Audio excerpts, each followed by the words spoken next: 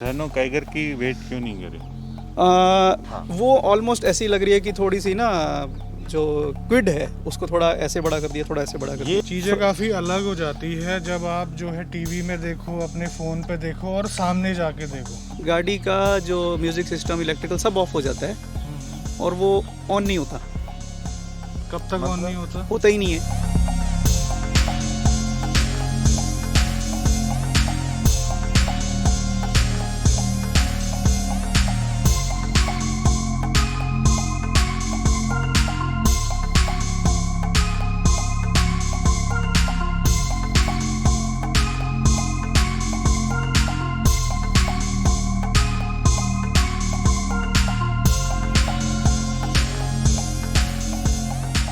नमस्कार दोस्तों, आप सब लोगों का स्वागत है और स्वागत कीजिए। मैग्नाइट का भी अपने चैनल के ऊपर पहली बार आ रही है और ये पुनीत जी की गाड़ी है। तो डॉक्टर पुनीत ने हमें यहाँ पर इनवाइट किया था। हम राजस्थान के अंदर हैं और राजस्थान में हनुमानगढ़।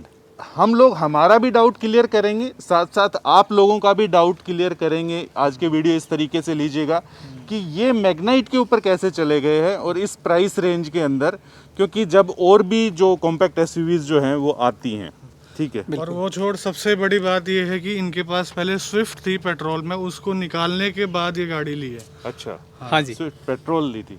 वैसे ये इन्होंने ऑटोमेटिक ली है, तो सीवीटी वेरिएंट है ये। तो ये कौन सा वेरिएंट है सीवीटी में? ये सीवीटी के अंदर जो बेस वेरिएंट आता है एक्सेल, वो है ये। अच्छा, एक्सेल वेरिएंट जो है ये कितने का पड़ा था आपको? राजस्थान के अंदर रजिस्ट्रेशन की बात करें तो मुझे ये ऑन रोड 9,40,000 का पड़ा है विद 5 ईयर एक्सटेंडेड वारंटी और 5 साल का मैंने जो मेंटेनेंस पैक है वो भी लिया, गोल्ड प्लस वाला। तो उसमें आपको कुछ भी पे नहीं करना पड़ेगा? हाँ, फॉर 5 ईयर्स मेरी सारी सर्विसेज जो हैं वो फ्री हैं, जो भी कंज्यूमेबल्स हैं वो सब जो है वो फ्री ऑफ कॉस्ट जो है वो कंपनी चेंज करेगी। 16,000 का? 16,000 में और अप टू 50,000 किलोमीटर। हाँ। अच्छा डॉक्टर साहब, एक बात बताओ यार आप, हाँ जी, कि आपको इसकी बिल्ड क्वालिटी के ऊपर पहले से भरोसा था या इसकी रेटिंग वेटिंग के बाद में? रेटिंग तो खैर बाद में आई है इसकी, बिल्कुल। आपके लेने के बाद, तब आपको खुशी हुई होगी वैसे तो, हाँ बिल्कुल। है ना? तो नेक्सॉन जो था एक प्रोडक्ट है, मतलब कि 5 स्टार रेटिंग के साथ है, लगभग इसी प्राइस के अंदर आ जा रहा है, ठीक है। और भी ब्रेजा वगैरह भी हैं गाड़ियाँ, ठीक है। हाँ तो जी। आपका इस पे जाने का क्या तुक बना एकदम से? देखिए, मैं करीब 1-1.5 साल से नई गाड़ी लेने का प्लान कर रहा हूँ और मैंने काफ़ी रिसर्च की। आपके जो YouTube वीडियोस हैं वो भी मैं काफ़ी फॉलो करता हूँ अक्सर, क्योंकि आपका जो मुझे एक अच्छी चीज़ लगती है कि आप यूज़र रिव्यू देते हैं, आप अपने रिव्यूज़ नहीं देते हैं। यूज़र का जो उसको यूज़ करने के बाद क्या एक्सपीरियंस है आपके चैनल पे वो शेयर होता है। तो इससे मैं जो और भी गाड़ियाँ लिस्ट में थी उनके सारे यूज़र रिव्यूज़ मैंने लगभग देखे हुए थे। तो आपको कोई पसंद नहीं आई? पसंद, देखो ये लेने का रीज़न भी मैं आपको बताऊंगा। ब्रेजा ट्राई की थी मैंने, नेक्सॉन ट्राई की थी और मैंने देखने को तो वेन्यू भी देखी थी, बट वेन्यू मेरे बजट से बाहर जा रही थी, ऑटोमेटिक जो वेरिएंट था। अच्छा, उसका लगभग 11 के आसपास पहुंच जाता है। हाँ बिल्कुल। हाँ, तो मतलब आपका कंसर्न ये था कि वो आउट ऑफ बजट जा रही थी, इस वजह से नहीं लिया हाँ, आपने, और बिल्कुल। ये बजट के अंदर आ रही ये थी। बजट के अंदर आ रही थी और सेकेंडली ये लेने का रीज़न था कि एकदम फ्रेश लुक वाली गाड़ी है, हाँ। ठीक है, हेड टर्नर है, लोग देखते हैं, मुड़ के देखते हैं कि गाड़ी कौन सी आई है, ठीक है। और सीवीटी वेरिएंट मिल रहा था मुझे नेक्सॉन के अंदर, क्या एएमटी मिल रहा था और प्राइस भी इससे ज़्यादा है, फीचर्स ऑलमोस्ट सेम है। बिल्ड क्वालिटी को अगर अपन देखें, सेफ्टी रेटिंग उसकी ज़्यादा है, लेकिन बिल्ड क्वालिटी में मुझे नहीं लगता कि बहुत ज़्यादा डिफरेंस है। इंटीरियर अगर अपन देखें जैसा नेक्सॉन का और इसका। आपने सिलेक्शन इसको चलाने के बिना ले लिया या फिर चलाया इसको? टेस्ट ड्राइव में गाड़ी अवेलेबल थी जिस टाइम पे आप बुकिंग कराने गए थे? एक्चुअली मैंने तो जो ये गाड़ी बुक की है वो ऑनलाइन ही बुक की थी। अच्छा। 4 तारीख को, 4 दिसंबर को ये लॉन्च हुई है और 6 दिसंबर को मैंने इसे ऑनलाइन बुक कर दिया था। गाड़ी यहाँ हनुमानगढ़ में तो कोई इसका डीलरशिप भी नहीं है, तो जो नियरेस्ट डीलरशिप मुझे वेबसाइट पे शो हुआ था वो सिरसा हुआ था, हरियाणा के अंदर। तो लगभग 18 या 20 दिसंबर को मेरे पास डीलरशिप से कॉल आ गया था कि टेस्ट ड्राइव व्हीकल अवेलेबल है, तो अब ड्राइव करके देखिए। और लकीली वहाँ पे मैनुअल और सीवीटी दोनों टेस्ट ड्राइव अवेलेबल थे, टर्बो के।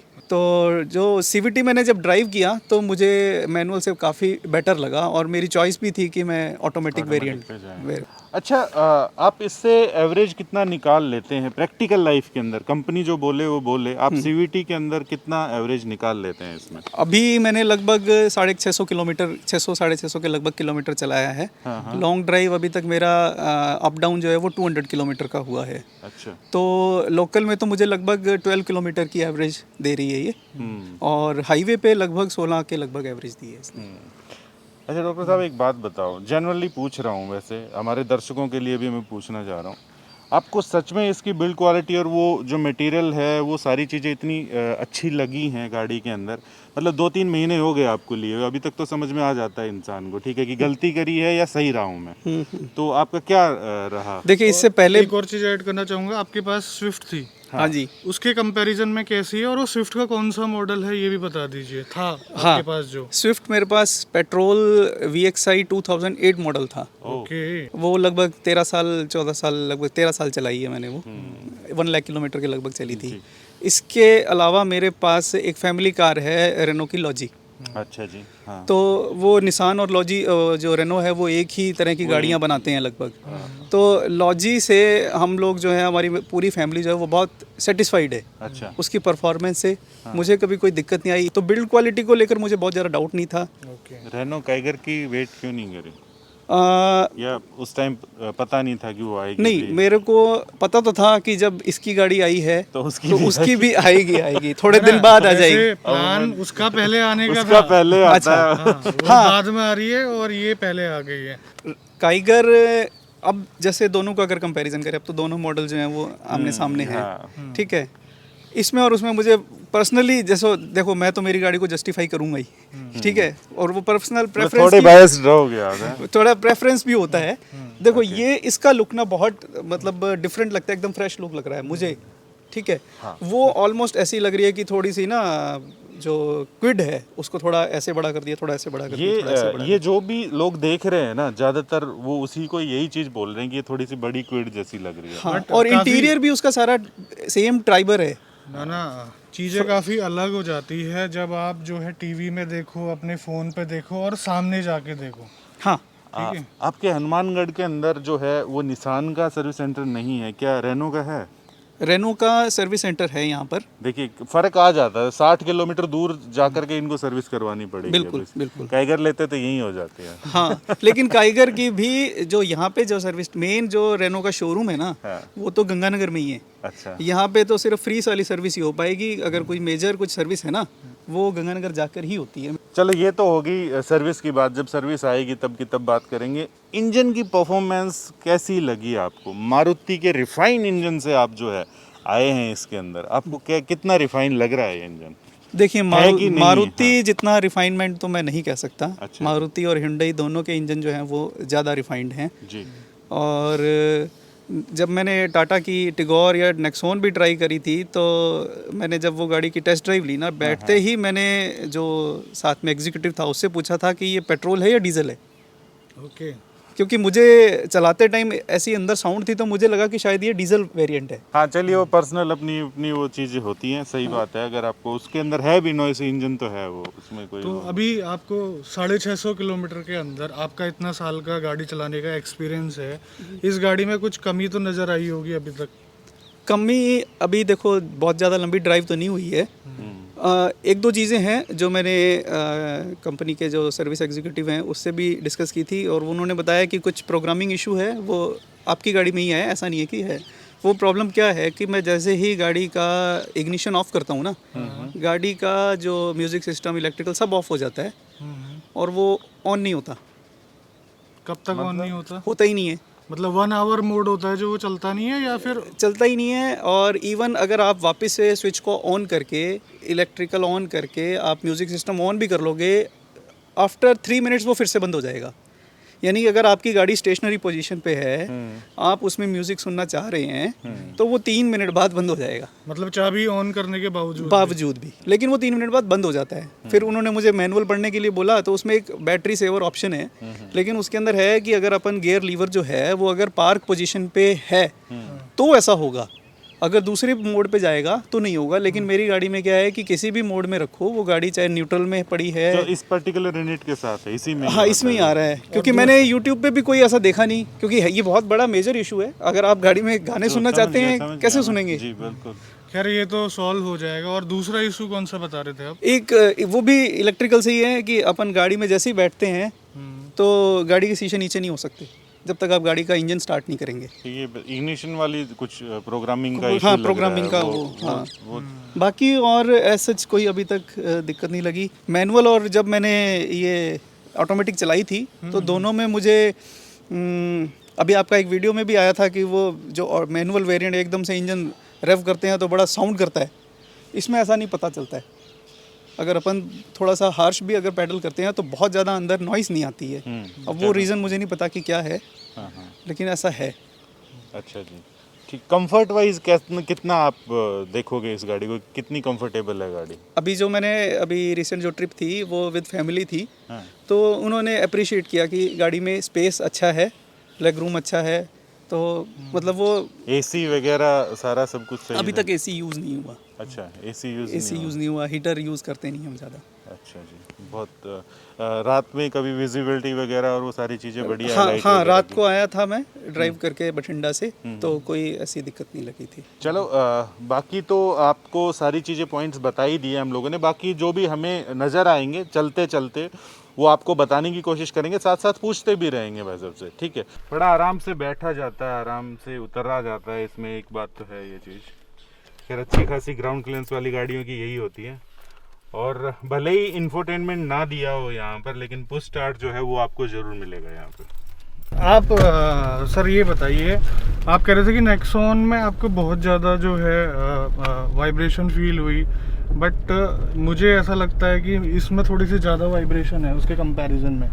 जैसे आइडल आरपीएम में ये पूरी हमिंग कर रही है, हाँ। एसी चलने के बाद मतलब पूरा केबिन से नॉइज आ रही है, कंप्रेसर जब ऑन हो रहा है। हाँ जी। तो नेक्सॉन के अंदर जो साउंड मुझे लग रहा था ना, वो गाड़ी जब रन करते हैं उस टाइम जो साउंड आ रहा था, मैं उसकी बात कर रहा था। अच्छा। कि इंजन नॉइस अंदर ड्यूरिंग रनिंग जो है वो मुझे ज़्यादा फील हो रहा था। स्टीयरिंग को आप ऐसे समझ सकते हो, फीडबैक की थोड़ी देर में आपको बात बताएंगे। ये फ्लैट बॉटम हल्का सा कर दिया गया है, तो जिससे आप फ्लैट बॉटम भी कह सकते हो, वैसा भी कह सकते हो।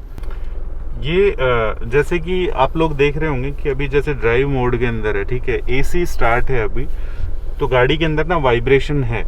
लेकिन अगर मैं जिसको ऐसे न्यूट्रल में करता हूँ तो नहीं है वाइब्रेशन। फिर ये मैंने एक वीडियो में देखा भी था, जो सीवीटी को डूज एंड डोंट्स के अंदर मैंने देखा था कि अगर आप गाड़ी को आपने खड़ा कर रखा है, स्टेशनरी पोजीशन में है, तो गाड़ी को ज़्यादा देर तक ड्राइव मोड में नहीं रखना चाहिए ब्रेक दबाकर। हाँ देखिए, आइडियली वैसे तो सही बात है, अगर नहीं रखना चाहिए, लेकिन ऐसा अमूमन प्रैक्टिकली मतलब normal day to day life में करता कोई नहीं है। अपन लोग का भी यही आदत है कि भाई थोड़ी देर के लिए रुके तो ब्रेक मार के खड़े हो गए जी। अब जैसे बम्पर टू बम्पर ट्रैफिक है तो वहाँ पर ये चीजें पॉसिबल नहीं हो सकती ना। हाँ। इसका स्पोर्ट्स मोड कहाँ है? इसमें बेस वेरिएंट में स्पोर्ट्स मोड नहीं आता, मतलब ये ऑल द टाइम स्पोर्ट्स में ही रहती है। ये कुछ ना रेव और होने लग जाती है, पावर तो सेम ही रहता है, सिर्फ उसका इंजन का रेव होल्ड करके रख देती है। हाँ। जैसे कि इनकी बात मैं बिल्कुल दोहराना चाहूंगा कि जो एकदम से आप नॉर्मल ऑटोमेटिक या दूसरी सीवीटी के अंदर भी एकदम से एक्सेलेरेट करते हो और एकदम से हूं हाने नहीं लग जाती है, वो आज इंजन वाली जो एकदम से बढ़ जाती है, वो इसके अंदर कम है।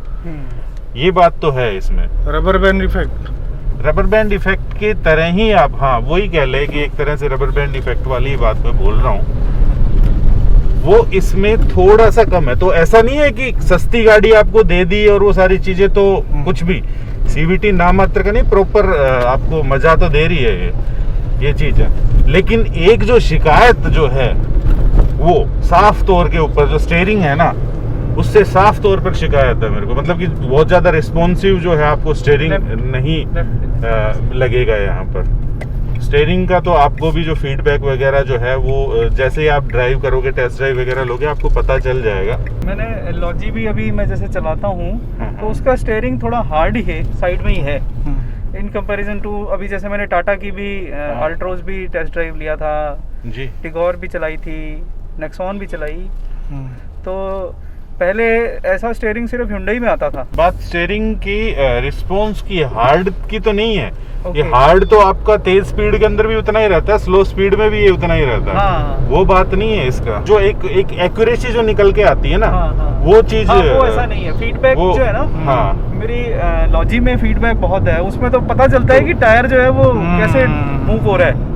अभी मेरे को इतना ही बताया कि अभी मैं इसको यू टर्न मार लूँ ना यहीं पर ही, तो देखना ये इतना जल्दी सीधा नहीं आएगा अपने आप जो है।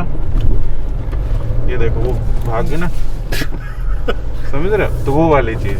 खैर, लेकिन जब बात यार पैसे को लेकर के आ जाती है ना, कि कम पैसे के अंदर क्या क्या चीजें आपको मिल रही हैं, तो एक किफायती गाड़ी आती है, तो फिर ये निकल करके आ जाती है कि हाँ भाई है ये सारी चीजें जो आपको जैसे कि क्विड वगैरह होगी और वो सारी चीजें ना, तो उस टाइप की आपको गाड़ी फील नहीं करवाएगी कि बिल्कुल ही हल्की वाली चीज है ना। खास तौर पर ये वाला जो इंजन है उसके अंदर, इससे ठीक उल्टा जब आप जो है वो नॉन टर्बो आप इसका चलाओगे, तो उसके अंदर आपको इंजन कैबिन नॉइस जो है वो भी थोड़ी सी बढ़ जाती है। उसमें आप ज़्यादा एक्सेलेरेट करते हो, ऑब्वियसली कैबिन नॉइस जो है वो ज़्यादा आएगी, रिस्पॉन्स आपको कम मिलेगा, उस हिसाब से फिर आपको एवरेज भी डाउन मिलेगी। तो हमारा कहने का मतलब तो यही है कि अगर जाना है तो क्या कहते हैं कि इसी के ऊपर, टर्बो वाले के ऊपर जाना ज़्यादा सही है।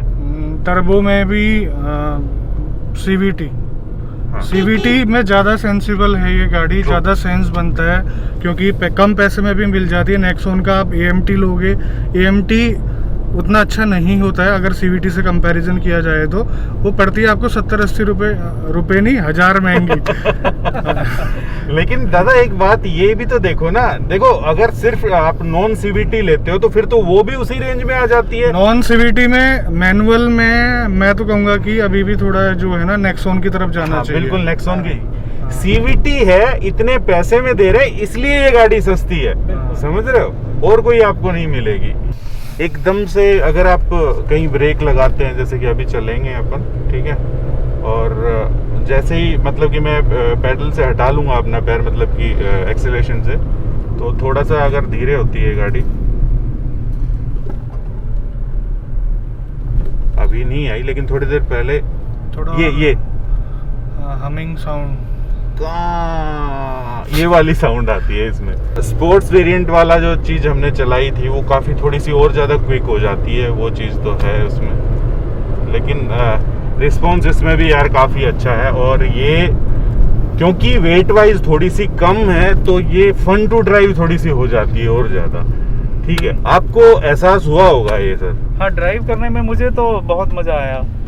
एक तो मतलब एक आपका फुट फ्री हो गया, आपको बार बार गियर एंगेज नहीं करना है। ये देख रहे, आवाज आ रही है आपको?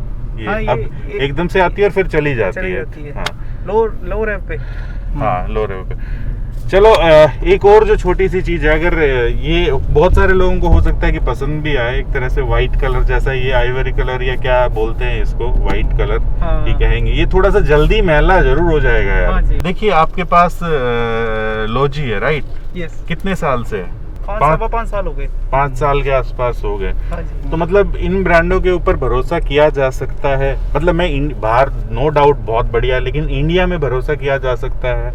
आपको क्या लगता है? देखो, कोई भी जाने और ना जाने वाली बात नहीं है। प्रोडक्ट अगर अपन लेते हैं ना, तो उसके अंदर 2 चीजें होती हैं। एक तो प्रोडक्ट की क्वालिटी और एक उनकी सर्विस की क्वालिटी और ईज ऑफ अवेलेबिलिटी की, वो सर्विस कितनी इजीली अवेलेबल हो रही है। तो मेरे लिए थोड़ा सा तो ये है कि 50-60 किलोमीटर का स्ट्रेच है, अगर मुझे गाड़ी जो है वो गंगानगर छोड़ के आनी पड़ी, फिर दोबारा लेने गया मैं, तो फिर एक गाड़ी करके गया मैं, फिर वापस आया, वो गाड़ी वापस भेजी, तो ऐसा एक थोड़ा सा प्रैक्टिकली थोड़ा सा इशू रहता है। बट परफॉर्मेंस वाइज और ऐसा कभी कि गाड़ी ने कहीं गया और मैं वो गाड़ी ने धोखा दे दिया, ऐसी कभी कोई दिक्कत नहीं आई। कहने का मतलब अगर टाइम पे मेंटेनेंस करते हो, सर्विस करवाते हो, सारी चीजें टाइम पे रिप्लेस करते हो, हाँ, तो कोई दिक्कत नहीं है। बिल्कुल। आपने कितनी चला दी लॉजी जो है वो लगभग 45,000 किलोमीटर चली है मेरी। इसमें ये जो साउंड मैं आपको बता रहा हूँ ना कि एक अजीब सी साउंड आती है जैसे धीरे होते हैं, तो वो इसके RPM जो है ना वो एकदम से डाउन नहीं आते, इस वजह से जो है ये साउंड आती है। एक बात आती है कि जो रीसेल वैल्यू है गाड़ी की, मुझे तो ऐसा लगता है कि आज आप कोई भी गाड़ी खरीद लो, अगर आपका टाइम होराइजन मिनिमम 5 इयर्स भी है तो 5-6 साल बाद ना सब गाड़ियों की वैल्यू एक जैसी हो जाएगी। आप चाहे 10 लाख की गाड़ी ले रहे हो चाहे 20 लाख की, क्योंकि उस टाइम फिर इलेक्ट्रिक कार्स का टाइम आ जाएगा। अगर आप रीसेल देख करके गाड़ी लेते हो तो सिंपल सी बात है, आप दूसरे के लिए गाड़ी ले रहे हो, अपने लिए नहीं ले रहे हो। हाँ। जो आपको अगर पसंद है गाड़ी वो उठा लो, भले ही रीसेल कम हो यार, कम से कम आप तो एंजॉय करोगे। आपके पैसे लगे हुए 10 लाख रुपए आप लगा रहे हो भाई, हाँ। तो कम से कम आप अपनी पसंद की तो गाड़ी लो, अगले वाले की पसंद की गाड़ी ले रहे हो। खैर मैंने अच्छे से चलाई इस गाड़ी को, और एक तरह से कम पैसे के अंदर इतने सारे फीचर्स के साथ एक वैल्यू फॉर मनी जो ये गाड़ी बन जाती है। अभी रवि जो है वो और चलाएगा। सबसे पहले कॉस्ट कटिंग की बात कर लेते हैं। जो इन्होंने पैडल है ना ब्रेक का, वो मैनुअल का लगा रखा है। वैसे चौड़ा होता है, जो हमने टॉप वेरिएंट चलाया था टेस्ट ड्राइव वाला, उसमें पैडल चौड़ा था। बाकी मैंने एक चीज़ नोटिस करी, जो डीलरशिप में टेस्ट ड्राइव का व्हीकल था और ये जो गाड़ी अभी मैं चला रहा हूँ, इसका जो स्टीयरिंग है सीधी चलाने में हल्का सा लेफ्ट की तरह रहता है, हल्का सा। बाकी जितना नॉइज़ ये लो आरपीएम में खड़ी गाड़ी करती है, उतना एक सर्टेन स्पीड के बाद जो है ना वो चीज़ फील नहीं होती इस गाड़ी में। मतलब जिस हिसाब से ये खड़ी गाड़ी के अंदर करती है, उस हिसाब से इसको चलती में ज्यादा करना चाहिए, लेकिन उतना नहीं करती है। अभी जैसे खींच रहे हैं हम इसको, तब जो जरूर शोर जो है अंदर आता है, बट परफॉर्मेंस अच्छी है गाड़ी की। 100 PS की पावर फील कराती है। और राइड क्वालिटी की बात करें तो राइड क्वालिटी इसकी जो है कंफर्ट साइड में है, ठीक है। ऐसा नहीं है कि जैसे कि वेन्यू की तरह या फिर सोनेट की तरह आपको बम्प महसूस कराएगी, ऐसा नहीं है बिल्कुल। मतलब बीच के से सस्पेंशन दिए गए हैं, ऐसा नहीं कि बहुत ज़्यादा सॉफ्ट है तो बहुत ज़्यादा हार्ड है। तो ठीक है यार, मेरे ख्याल से 205 mm ग्राउंड क्लियरेंस है शायद इसकी, है ना, तो उतना ज़्यादा बॉडी रोल भी आपको नहीं लगेगा वैसे। बट ये है कि स्ट्रेट लाइन में आप इसको कॉन्फिडेंटली भगा सकते हैं। अगर जिग जैग करके भगाने की सोचोगे तो ये स्टीयरिंग जो है आपको उतना अच्छा फीडबैक नहीं देगा। आप जो है थोड़ा सा डर लगेगा आपको हल्का सा। बट ये अगर कोई फर्स्ट टाइम बायर जो है गाड़ी लेता है, ये सारी चीज़ें कंसिडर नहीं करता है। अगर स्टीयरिंग, ये इसमें मेरे को गलत चीज़ पता है क्या लगी स्टीयरिंग में, कि ये स्लो स्पीड में भारी है हल्का सा। ऐसा नहीं हुंडई की तरह थोड़ा सा लाइट हो जाता है। और मतलब हुंडई का इससे अच्छा स्टीयरिंग है। हुंडई के स्टीयरिंग को हम क्रिटिसाइज करते हैं ज़्यादातर, लेकिन इससे अच्छा है उसमें। इसका मेन रीजन ये है कि ये स्लो स्पीड पे भी आपको हैवी लगेगा और तेज स्पीड पे भी हैवी लगेगा। ये अपनी जो कैरेक्टरिस्टिक चेंज नहीं करता है। हाँ, नेचर चेंज नहीं होता है इसका, वैसा ही रहता है ये। एसी जब ऑन करते हैं इस गाड़ी के अंदर, डेफिनेटली फर्क जो है वो पता चलता है। अंदर बैठे कैबिन के अंदर ही आपको पता चल जाएगा। वैसे ठंडे गरम को लेकर के नहीं, इंजन रिस्पॉन्स की बात कर रहा हूँ। बाकी अंदर की प्लास्टिक क्वालिटी वगैरह सारी ओके है। और अच्छी चीज़ ये लग रही है कि जो है थोड़ा सा अच्छा सस्पेंशन दिया है। अच्छा इन द सेंस कि कंफर्ट मिलेगा। मतलब इतनी ऊंची गाड़ी में बैठ के जैसा लगता है ना कि बॉडी रोल आता है, वो इसमें इतना फील नहीं होता है। अगर इसके नीचे से अगर इतने ऊंचे सस्पेंशन नहीं होते तो ये देखने में तो हैचबैक ही लगती है। वेन्यू उतनी छोटी लगती है देखने में, ये उससे भी छोटी लगती है। थोड़ा सा अगर दूर चली जाती है ना गाड़ी तो थोड़ा सा। अच्छा, एक और चीज है, ऐसा नहीं है कि इन्होंने सस्ते पैसे के अंदर आपको गाड़ी निकाल के दे दीजिए ये इन्होंने जनरली मेहनत करी है कि कॉम्पिटिटर को अच्छे खासे तरीके से टक्कर देने की। ठीक है, जो बहुत ज्यादा आपको कॉस्ट कटिंग नहीं लगेगी। अगर प्लास्टिक क्वालिटी की भी बात कर रहे हो, ओके दी गई है। ऐसा नहीं लगेगा कि यार ऐसी गाड़ी आई तो बिल्कुल ही यूं दबा रहे हैं तो दब जाएगा, यूं अंदर जा रही है उंगलियां। कहने का मतलब ये है कि यार सिंपल सी बात है, अगर 9 लाख के अंदर भी गाड़ी देख रहे हो तो इसको इग्नोर नहीं कर सकते इजीली कि हाँ भैया ये तो ऐसी गाड़ी है। तो नहीं, ये भी कंपटीशन के अंदर है गाड़ी है। और काइगर से अगर बात करते हैं तो थोड़ी सी ज़्यादा मेरे को पर्सनली भी जो है इसकी लुक थोड़ी सी ज़्यादा बेहतर लगी है। थोड़े छोटे मोटे गड्ढे तो डाइल्यूट कर जा रही है ये, बट हल्का सा ऊंचा सा स्पीड ब्रेकर आता है तो मतलब थर्ड साउंड आती है आगे से में। ओवरऑल बढ़िया है क्या गाड़ी जो है, प्राइस के हिसाब से अच्छा प्रोडक्ट है। अगर पहला एक्सपीरियंस की बात करोगे तो अच्छा लगा, ठीक ठाक लगा, नॉट बेस्ट। इससे जो गाड़ियां हैं कंपटीशन में जैसे कि नेक्सॉन हो गई, वो अभी भी इससे एक लेवल ऊपर की गाड़ियां हैं। खैर निसान आपने एक अच्छा ठीक प्राइस के अंदर हम इंडियंस को ठीक गाड़ी दी है, ठीक है, और हम इंडियंस ने भी अच्छा रिस्पॉन्स जो है वो आपकी गाड़ी के लिए दिखाया है। बाकी आप टिक गए हो मेरे ख्याल से इंडिया के अंदर इस बहाने, और आपको सर्विस पे भी थोड़ा सा ज़्यादा ध्यान देना पड़ेगा अब, सिंपल सी बात ये है। एक और चीज़ मेरे को यहाँ पर लग रही है कि रिफ्लेक्शन जो है ना इसका थोड़ा सा ज़्यादा ही आ रहा है, रिफ्लेक्टिव कुछ थोड़ा सा ये ज़्यादा ग्लॉसी कर दिया, थोड़ा सा शाइनी जो है वो ज़्यादा है ये ना। खैर पुनीत भाई टाइम टू टाइम शेयर करते रहना इसका जो भी फीडबैक है, ठीक है ना। और well thank you so much, आपने हमें बुलाया, यहाँ पे इनवाइट किया, अपनी नई नवेली गाड़ी, आपका डिसीजन जो है वो सही है। डिसीजन आपने जिस हिसाब से गाड़ी को चूज़ किया था उसके अकॉर्डिंग बिल्कुल सही आपने ली है गाड़ी। तो अगर आप लोग भी चाहते हैं अपनी किसी गाड़ी का जो है वो एक्सपीरियंस हमारा जो दर्शकों के साथ शेयर करना ताकि उनकी हेल्प हो सके, तो नीचे दी गई ईमेल आईडी के ऊपर हमें ज़रूर मेल करिएगा। और अगर आपका कोई भी क्वेश्चन है, सवाल है गाड़ी से रिलेटेड और 24 आवर्स के अंदर आपको अगर चाहिए उसका जवाब, तो नीचे डिस्क्रिप्शन के अंदर लिंक दिया गया है, वहाँ पर आप जाकर के पूछ सकते हैं, ठीक है। तो मिलते हैं ऐसे किसी नेक्स्ट वीडियो के अंदर इसी मैसेज के साथ कि अगर 4 व्हीलर चलाते हैं तो सीट बेल्ट जरूर डालिएगा, 2 व्हीलर अगर चलाते हैं तो हेलमेट जो है वो ज़रूर डालिएगा।